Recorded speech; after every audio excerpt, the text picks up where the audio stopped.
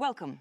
Before any pharmaceutical batch release, the Batch Record Review, BRR, is a critical GMP step performed by quality assurance. It's the formal evaluation of completed batch manufacturing and packaging records to verify compliance with the master record, ensure data accuracy and completeness, confirm deviations were addressed, and ultimately ensure batch quality, forming the basis for the final release decision. Key review checks with examples. This systematic review verifies several crucial points through documented evidence. Completeness and accuracy are all steps signed off contemporaneously, e.g., checking operator and verifier signatures with dates for each critical manufacturing step. Are calculations correct and data entries legible and attributable?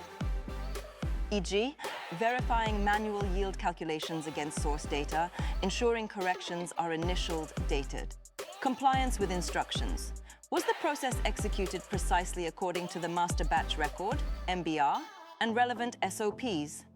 E.g., confirming recorded mixing times or drying temperatures match the MBR instructions. Were the correct raw material lots and components used? E.g., cross-checking lot numbers recorded in the BMR against warehouse dispensing records or approved material lists. Were critical process parameters, CPPs, maintained within their validated ranges, e.g., reviewing attached temperature charts or printouts to verify they stayed within the required limits. Deviations and results. Are all deviations from the standard process properly documented, investigated, and resolved? E.g., ensuring a referenced deviation report number corresponds to a closed investigation with an appropriate impact assessment. Do in-process control, IPC, and final quality control, QC, results meet all predefined specifications? E.g., confirming analytical results referenced or attached are within approved limits and signed off by QC. Yields and reconciliation. Are material yields and component labeling reconciliation calculations performed correctly and fall within acceptable pre-approved limits? E.g., checking the label reconciliation calculation ensures accountability for all labels issued and used. The review process and findings.